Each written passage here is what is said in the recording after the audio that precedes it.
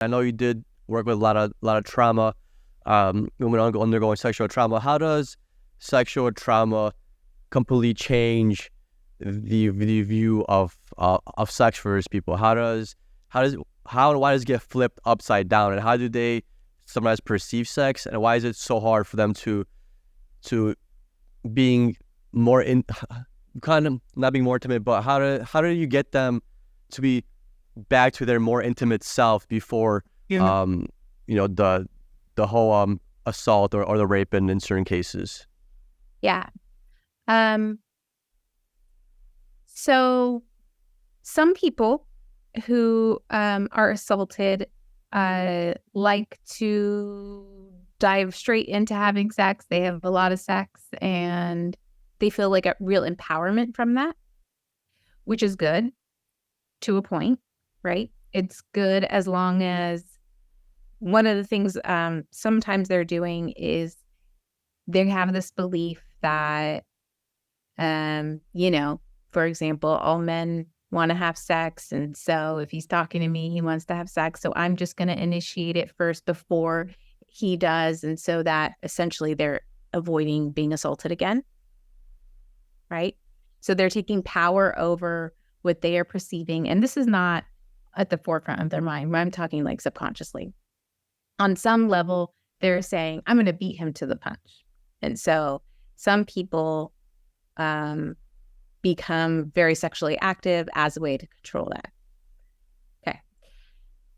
Or, as you're saying, they kind of avoid sex or just have it out of obligation, as fast as we can, get this over with, like that kind of thing, because they're not present in their body. And what's happening for them is there's what's called triggers, so reminders of the assault. And some people have them in their body. Like I had a client who learned that when her partner touched the back of her neck, that was like a huge trigger. Every time he touched the back of her neck, she would go like, her mind would just flash right to her assault. So there's triggers in the body sometimes. There's triggers in what people say sometimes or how people say it.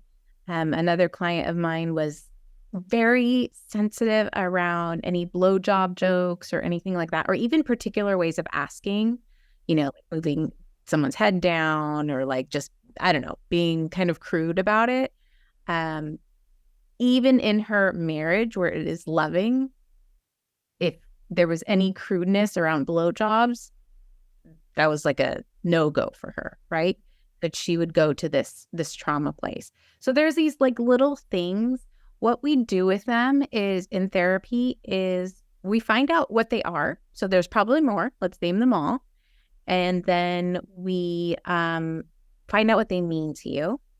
So, it means he doesn't really respect me if he's making these jokes about it, or it means I'm doing something loving and he's seeing it as whatever.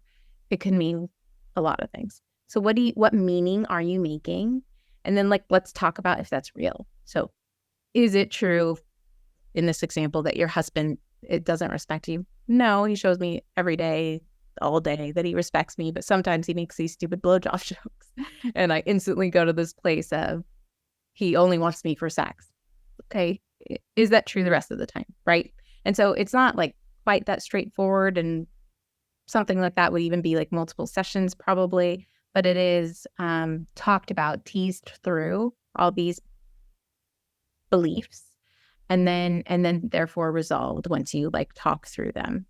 Or in the body areas, you can do various techniques with them, like meditation techniques or guided meditations to remember what the body's telling you, what was the instance, and then what are the beliefs attached to there. Same kind of thing. And or you talk to your partner about them. I don't like these jokes. We could do anything, just don't touch me here. Simple things. Talk to your partner about them and you learn grounding techniques. So when I am triggered, here's a totally new trigger. I didn't know this one existed. When I am triggered, what am I going to do? And then we'll teach a variety of different tools for that. My favorite one is like a simple motto. So I often use that was then, this is now.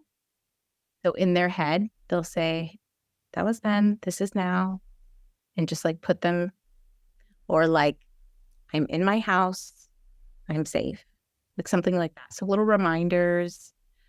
When they're triggered, they can set themselves back to where they are and the person that they're with, who they've chosen to be with. Did I answer your question?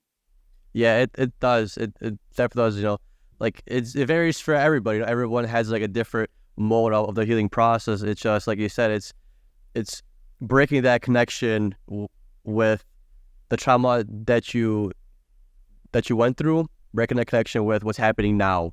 In a sense, breaking that, like you said, when the lady with the hand on her neck, like breaking that association with it, so subconsciously, because it was a big traumatic event, so it left a really big impression, and now you have to do a lot of work to break that impression. A lot of times, when we're kids, some of the things that we picked up subconsciously growing up, and we worked with that trauma or whatever, it takes us a long time to get over it. Like, you've been traumatized for, let's just say, from age 5 to 10. That's 5 years of trauma that you went. It's going to take you, maybe even 5 years to get over that, to break that connection. So it takes a lot of deep work. And the crazy thing is being sexually assaulted and having anything to do in that kind of a manner.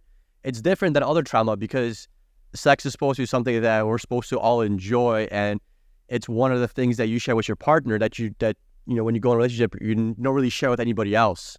And having that ability severed for potentially the rest of your life, that's different than seeing somebody get murdered or getting beat up, or, seeing your parents argue or domestic violence. That's different, because sex is something that's so intimate, it's so one-on-one, it's so physical and emotional.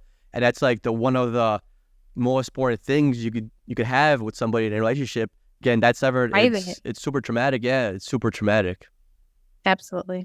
It's most private. You're supposed to be able to give it. It's not supposed to be taken, right? There is a lot to it that makes it. And as you're saying, it's more like eating or something. Like it's gonna be in your life, right? It's not like a shooting where, okay, like move if you can, of course, but like move or whatever. You can like avoid that.